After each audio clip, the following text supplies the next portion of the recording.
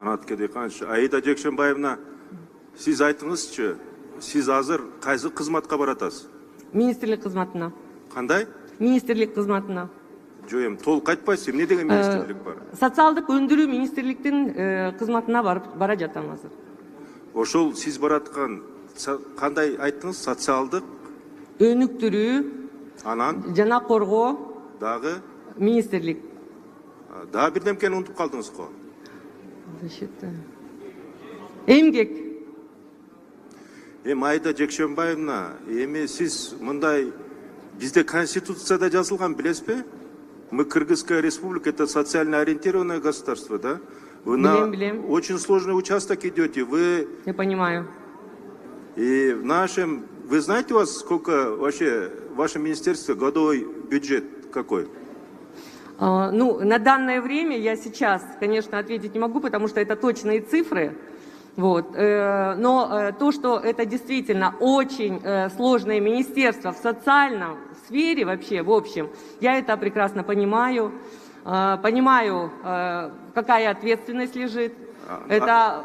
Аида Жекшенбаевна, слово «я понимаю» для того министерства, куда-то вы идете, это очень мало. Мало, да?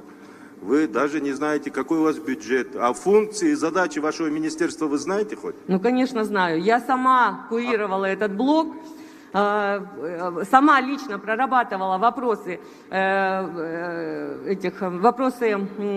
Джулек Пулдаровича.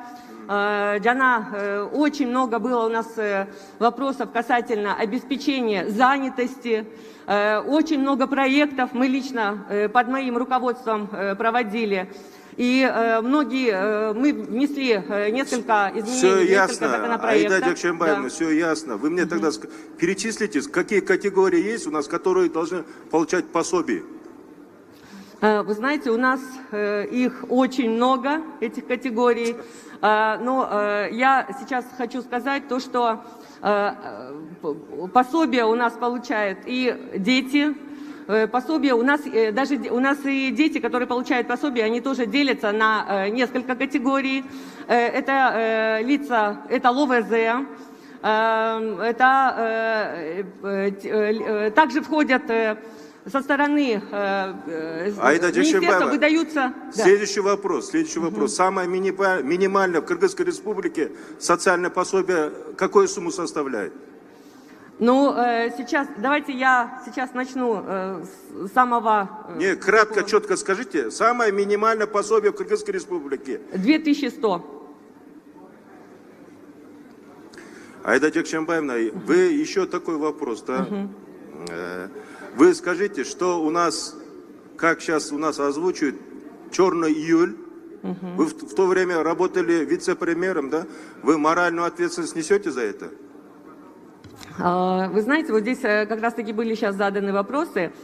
Я хочу, прежде чем ответить на ваш вопрос... Я дальше скажу. Может, в Кыргызской республике черный июль случился, может, из-за того, что вы, не знающий этот сектор человек, пришли и стали руководить министерствами, которые именно за пандемию и эпидемию отмечал. Вы с этим согласны или нет? Нет, я с этим не согласна, так как я сейчас уже озвучила.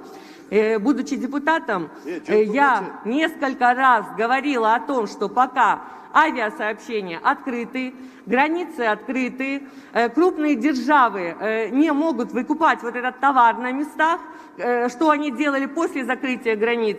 И в связи с этим определенные были лица, которые ушли с работы, да, которые не справились со своей задачей. И после того, как закрываются границы, как закрываются авиасообщения, как производство у нас останавливается, я прихожу на эту должность и, проработав буквально 4 месяца, я считаю, что я сделала все возможное для того, чтобы уже в августе месяце этот пик спустился.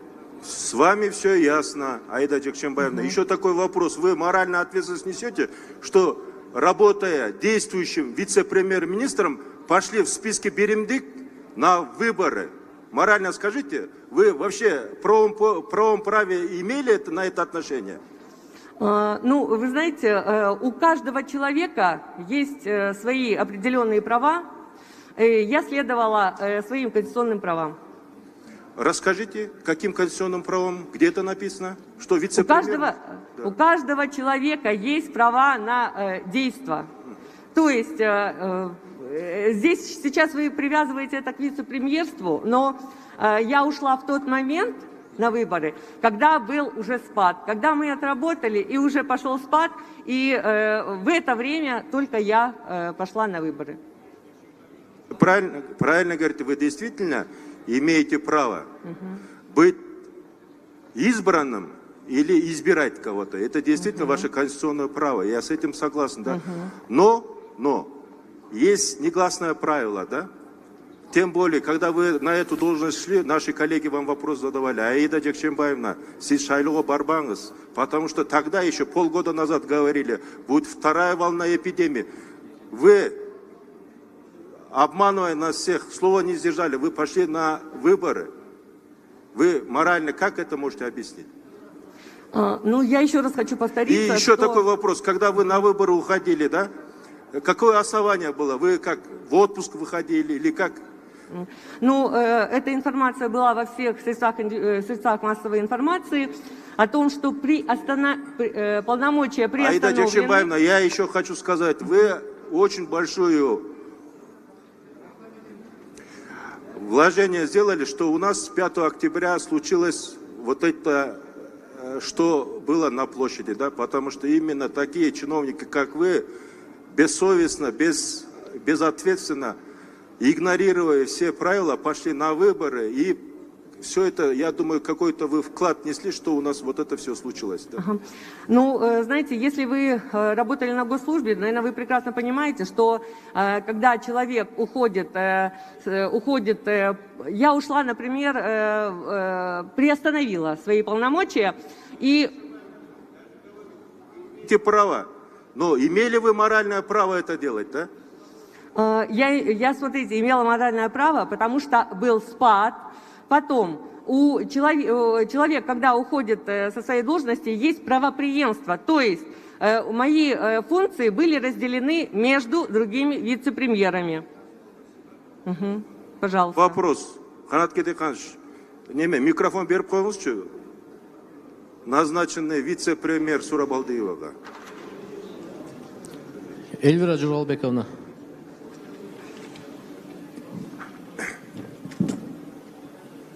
Саламатсыздарбы?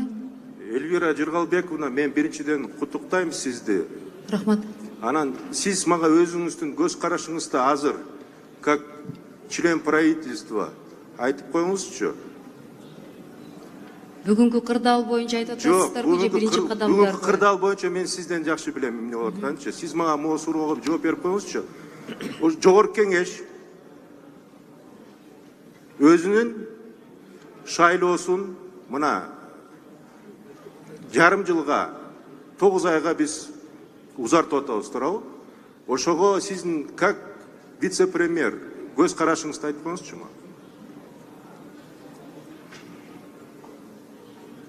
Парламент легитимдүү отурабы же легитимсиз деген суроо берип атасыздарбы? Абдан ошол суроо. Эми сиз 71-72 Конституциядагы беренени окусаңыздар бири-бирине карама-каршы келип атат. Биринчи боюнча парламент 28 октябрда мөөнөтү бүтөт, 5 жылдык убагыт деген сөзү бар. Бирок ошол эле убакытта кийинки беренесинде парламент жаңы созув отурмайынча, жаңы созувдун биринчи сессиясы башталмайынча парламент отуруш керек деген ошондой талкуу болуп жатыптыр. Мен ойлойм, бүгүнкү күндө буга толук жоопту Конституциялык палата бериш керек. Сиз ответственный за социальный сектор, правильно? Куда входит, сизге подсказка кылып коюнчу, куда входит Министерство здравоохранения, что у нас идет, намечается вторая волна сейчас, да, эпидемии. Уже началась. Да. Ошол жак менен айтып койбойсузбу анда? Мен сизге подсказка кылып берейинби? Кечиресиз, мен сурооңузду түшүнбөй жатам окшойт. Биздин мөөнөттү узартканыбыз туурабы, туура эмес? Сиз как вице-премьер-министр айттыңыз деп атам мен сизге. Парламент ошол суроого жооп бере турган биякта спикер отурат, мен ойлойм, парламент жетекчиси. Сиз как депутат айтып атасыз. Мен азыр кечээ күнү депутаттык мандатымды тапшырып, 71-чи беренеге ссылка кылып айтып атасыз. Мен айтып коеюн. Эльвира Жыргалбековна, сиз туруп минтел айтып коюшуңуз керек да. Урматтуу Умбеталы Токторалиевич, бүгүнкү күндө дүйнө жүзү боюнча 48 мамлекет, 48 стран продлили парламентские, там, местные выборы в связи с наступлением второй эпидемии волны деп ошентип жооп беришиңиз керек сизге. Түшүндүңүзбү? түшүнүктүү. Сиз макулсузбу ошо менен? А почему бүт бары жооп бериңиздер мына бүт СМИлергечи? Бүт дүйнөдө 48 мамлекет азыр экинчи волна келатат деп туруп бүт парламентский выборларды, бүт местный выборларды жылдырып атат да. Эмне үчүн ошол жөнүндө силер айтып койбойсуңар бир жөнүндөчү? Дайым эле айтасыңар, туура эмес, жогорку кеңеш нелегитимный, хаос кылып келесиңер. Именно сиздин позицияңыз кечээ күнгө чейин ошондой болгон. Мен бүгүн сизге суроо берип атам, как уже представители исполнительной власти. Кечиресиз, мен антты бере элекмин, поэтому у меня полномочия депутата прекращены, а вице-премьер-министром я еще не стала. Может быть, вы этот вопрос зададите спикеру парламента и первому вице-премьер-министру. Бирок өзгөчө кырдаал боюнча маселени көтөргөнүңүз бүгүнкү убакытта туура эле болуп атат деп эсептейм, кошулам. Новиков. Артем Новиков. У нас, в конце концов, есть закон, да, о госслужащем. Есть целая государственная кадровая служба. Вы, наверное, перед тем, как кадровые назначения делать, Садыр Нуркожевича я понимаю, да? Но немного надо смотреть. Есть правила, есть министерства, там, которые до этого много лет работали, имели какой-то стаж, хорошие успехи делали, да? А почему вы их не рассматриваете? Почему вы приводите всегда на такие важные участки работы неподготовленных людей? Уважаемый Умбеталы Токторалиевич, премьер-министр проводил собеседование и с Аидой Джишимбаевной, и с Эльвирой Жыргалбековной, когда предлагал их на эти должности. Им поставлена четкая задача, в ближайшее время они должны внести четкий план действий по преодолению и второй волны коронавируса, которая наступает, и по реформированию своих отраслей экономики. Если в ближайшее время они не справятся со своими обязанностями, то премьер-министром, исполняющим обязанности президента, будут внесены соответствующие предложения в ваш адрес. Скажу, Артем Новиков, государственная служба, правительство – это не экспериментальный какой-то там участок, да? Сюда должны приходить профессионалы, которые знают работу. И сейчас каждый день она приравнивается, если на то пошло, к 100 дням. Потому что на улице волна эпидемическая идет. Республиканский бюджет пустой. Мы должны на такие ответственные участки, я еще раз скажу, мы социально ориентированное государство, как она, ничего не зная, будет эти вопросы решать. Мои замечания вам. Спасибо.